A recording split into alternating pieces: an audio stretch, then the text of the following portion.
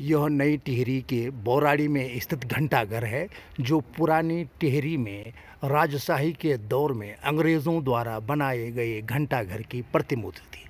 पुरानी टिहरी टिहरी डैम के लिए डूबा तो नई टिहरी उसकी जगह बसाया गया और इस घंटाघर को यहाँ उसकी प्रतिमूर्ति इसलिए बनाई गई ताकि पुराने टिहरी की याद दिलाता रहे। घंटाघर के पास श्रीदेव सुमन लाइब्रेरी है।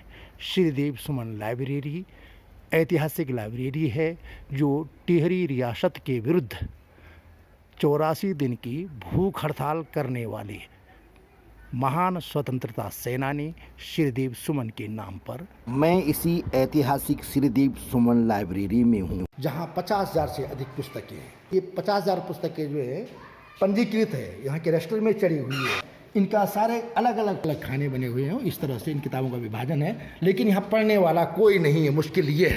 किताबों का यह ढेर इसी पुस्तकालय के अंदर लगा हुआ है और यह पुस्तकें बिखरी हुई नहीं हैं, बल्कि इन्हें व्यवस्थित तरीके से और विषयवार लगाया गया है। इनका क्रम भी यहाँ पर सजाया गया है ताकि जब अलमारी में इनको रखेंगे तो इनको लगाने में कोई दिक्कत न हो। दरअसल यह टिहरी की सुमन लाइब्रेरी का शताब्दी वर्ष है। टिहरी के क्रूर शासक भले ही अपने शान शौकत के लिए कुख्यात रहे हों और आज से करीब 100 साल पहले नरेंद्र शाह ने जनता की गाढ़ी कमाई के 30 लाख रुपए नरेंद्र नगर में अपने महल के निर्माण में खर्च कर दिए हों, लेकिन यह वही राजा था, यह वही नरेंद्र शाह थे जिन्होंने 1920 में सबसे पहले यहाँ कृषि बैंक खोला। उसके बाद 1923 में उन्होंने पुस्तकालय की स्थापना की और तब इस पुस्तकालय का नाम टिहरी पब्लिक लाइब्रेरी रखा गया। बाद में आज़ादी के बाद 1953 में इस पुस्तकालय का नाम बदल करके टिहरी के अमर शहीद राजशाही के विरुद्ध 84 दिन तक की भूख हड़ताल करने वाले महान स्वतंत्रता सेनानी श्रीदेव सुमन के नाम पर रखा गया। 1973 में इस पुस्तकालय का प्रांतीयकरण हुआ। आज़ादी से पहले इस पुस्तकालय में सत्य प्रसाद रतूड़ी, श्रीदेव सुमन, आनंद शरण रतूड़ी, शंकर दत्त डोभाल, भगवान दास, परिपूर्णानंद पैनोली, त्रेपन सिंह नेगी, देवी दत्त तिवारी, दादा दौलत राम जैसे कई क्रांतिकारी मिलते थे। पुस्तकालय में लंबे समय तक गोविंद सिंह नेगी ने पुस्तकालय अध्यक्ष के रूप में काम किया। वो अठूर गांव के रहने वाले थे और टिहरी रियासत के राजा ने उनकी नियुक्ति की थी। श्रीदेव सुमन के नाम पर इस पुस्तकालय का नाम 1953 में पड़ा। उन्हीं श्रीदेव सुमन ने इस पुस्तकालय में बैठ कर के किताबें पढ़ी हैं और देश के आंदोलन की भूमिका तैयार की। महान साहित्यकार घनश्याम रतूड़ी सैलानी, विद्यासागर नौटियाल, बीरेन डंगवाल, मंगलेश डबराल, लीलाधर जगुड़ी, बचन सिंह नेगी, श्याम सिंह नेगी, मोहनलाल नेगी जैसे कई साहित्यकारों ने यहाँ पर अध्ययन मनन किया है।